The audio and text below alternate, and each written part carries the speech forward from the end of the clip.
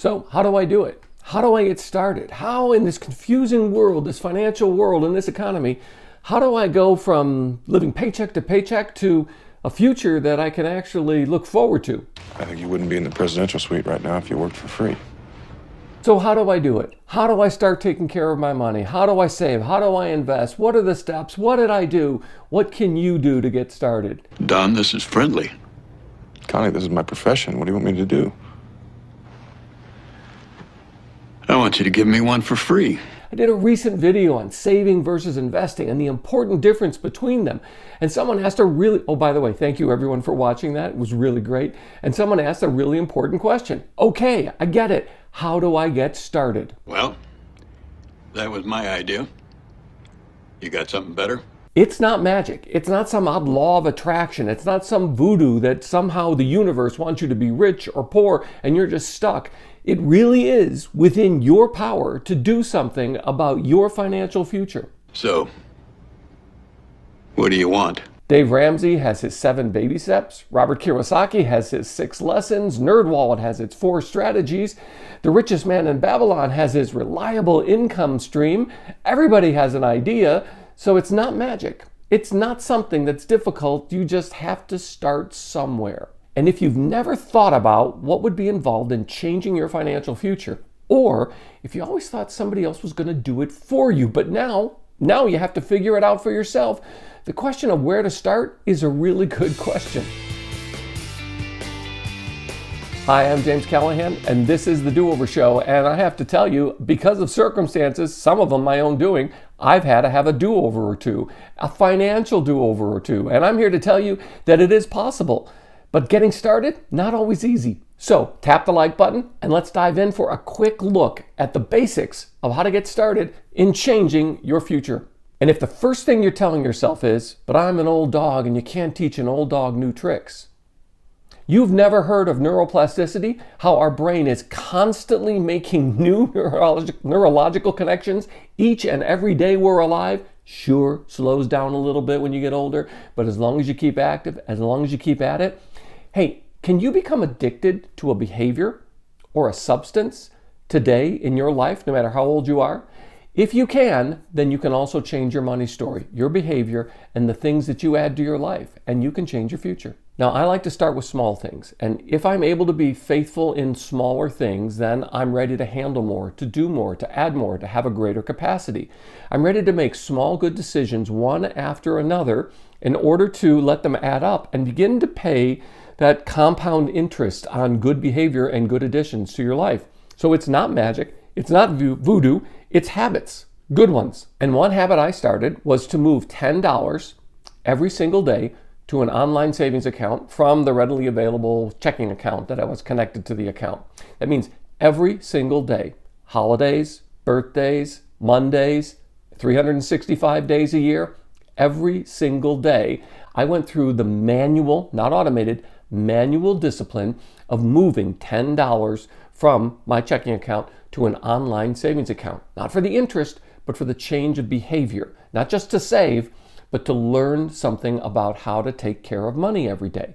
Now, sometimes it's 11:59 and I remember, I didn't do it, and I have to scramble to get it in with that date on it, and I've made most days. And by the way, since I started this, here's what happens. I have put $10 away every single day, and I've done it for 705 days as of today.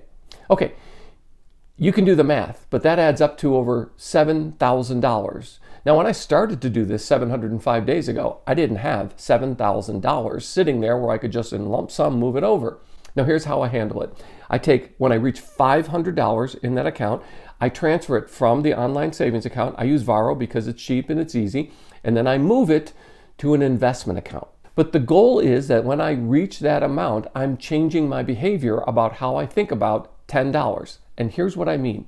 Now, if all I did was save money, I'm training myself with almost a hoarder's mentality of holding back and keeping back something, not adding something positive. We think that somehow reserving in a scarcity game is going to make us healthier and better about our money, saving money. No, for most of us, we just save it and spend it on something else. Saving it and then turning it into something for our benefit, that's a start. It doesn't seem like much, but $500 at a time every 50 days is a good thing. And it keeps me involved in every single day and in investing when I move it at the $500 mark. And the next basic thing that I've added to my life is I pay myself first. Yeah, you can look up Richest Man in Babylon and you're supposed to pay yourself 10% and create that reliable stream of income in order to build wealth. I'll put the link down in the description. But the idea is that we learn to pay ourselves before we pay others for their goods and services. So we've earned it. Why do we give it away without rewarding ourselves first? The paycheck is not the reward. Paying ourselves from the money that we've earned in a paycheck, that's the reward that we've earned. Start at 10%. I've given myself a raise every single year so that this year I save 25% and I live on the rest and I use the rest for other things. But that 25% that I give myself, first thing I do every time a paycheck arrives. Now for my regular job, that means I take that 25%, but I also do consulting now and then on the side and I get one-time payments. And I also teach as an adjunct at a local university, teaching 1 or 2 courses a semester. I take 100% of the money I get from consulting and the money I get each semester from adjunct teaching, and I invest 100% of that money. I don't live on it. I don't need to live on it. So I put that money aside. It's not just to buy a new sweater or to take a vacation. I put it aside to change my financial future. So when I put that money aside, I have to do something with it. You know, one of the biggest mistakes people make is that they put money into an account that's called an IRA or a retirement account, but they don't actually invest the money in securities, stocks or bonds or anything. They just put it in the account and they think, there, I have a retirement fund. No, all you have is a really bad savings account. So I put most of this money that I'm making and in saving for myself, paying myself first, I put it in a TD Ameritrade, a long-term investment account. Now, that's not their name, that's my name. That is, I put it into account and I buy things, stocks, value or growth, mostly value, that will pay a dividend while I'm sleeping. And from that money, I buy things that I think I'm willing to own for like 10 years or more. That is, I'm able to put money in on a regular basis and buy more of the same, buy more of quality, and I'm not overly diversified. I'm not just buying something new every day, hoping for a winner. Instead, I find out what I want to put my money in. I put more money in every time I get money, and that way I grow the potential. And I have that 5 or 6 basic stocks that I invest in my long-term investment account that I reliably put to work. And I watch them, but I don't have to research and I don't have to spend hours all the time. They're the kind of companies that are not in the news every day. So that means they're not volatile. They're ordinary stocks that have been paying dividends on a regular basis for a long time. And I average about a 5% dividend yield from my dividend investments. So now the investments that are there, the money is available to me, even though I'm thinking 10 years. But if something comes along that's an even better opportunity, like buying a house, down payment on a house, buying in real estate, the money is available to me. I can make it liquid, make it accessible. I also have a Robinhood account, smaller amount, that I put money in, not regularly, but the money is there. And I use that to buy and sell options, and to follow the news cycle, to follow earnings reports, to the fluctuations in the market. And it's money that's there, and I'm not counting on it. It's not part of what I need to pay the bills, but it's there. It's not fun money. It's not mad money. And actually, I use it to invest in things, buy short-term options.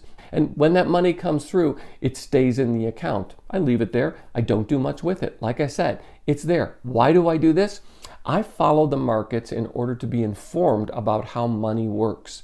And it's one of the easiest ways where I put money into it, where I can learn so that I'm not just taking risks, I'm not just gambling, but I follow the news and I think, okay, this is going to cause this effect in the economy. And then I buy an option, short term, a small amount. So I have an investment in it. I have something bet in the game. I have something on the line. And that keeps me informed in the markets, and it makes me a better investor for my long-term investments. All right, now let's talk retirement accounts. And a lot of us, through our employers, we have a retirement account, a 401k, a 403b. We have something, and even the opportunity of an employer matching 2, 5, 6%. We put in money, they match the money. Free money. Best advice is always take free money. When your employer will match, max out that match. Now, there are also more complicated things like annuities, like if you teach a TIAA CREF investment, it's an annuity fund. It's structured a little differently, and it gets rather complicated, but that's why people are in place to give you updates and to follow some advice. They provide professional advice and they're certified to do it.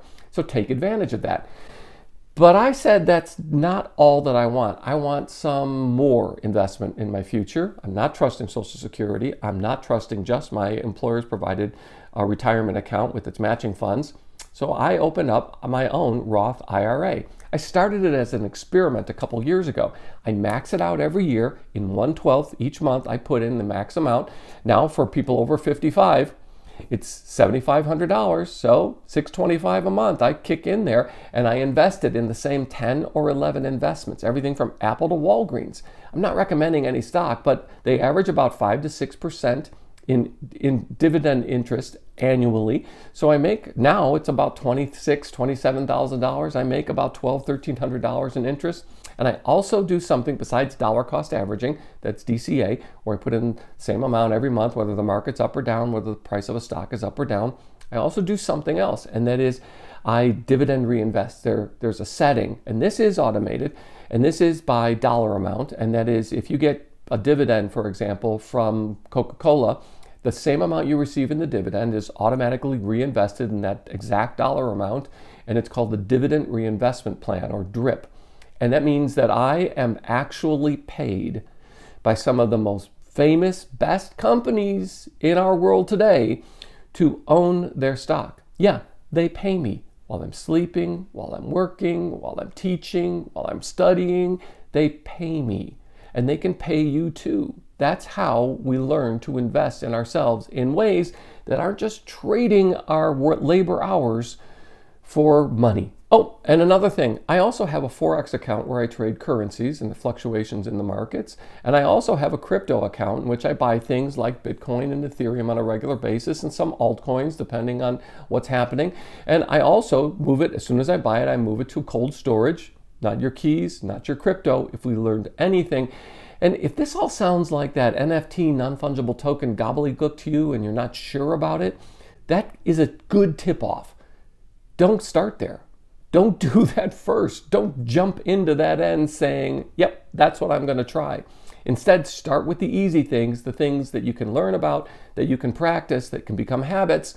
And then if you want to develop into something else, you can go for those things. And no matter how simple or how complicated I think all of this is, or you think it all is, you've got to start somewhere. So start with something. Pick one thing and make it happen. Do it every day. Do it every month. Pay yourself first. Do something and get started and let it change your future. Let the benefit be yours rather than somebody else's. That is, as an old timer once told me, if you aim at nothing, you're sure to hit it. So aim at something and start today. Hey, and thanks for being part of the Do-Over Show. Please, could you tap the like button because it really helps? And while you're down there, how about you subscribe and ring the notification bell so you don't miss the next episode? I'm so glad you found me, and I found you. Thanks.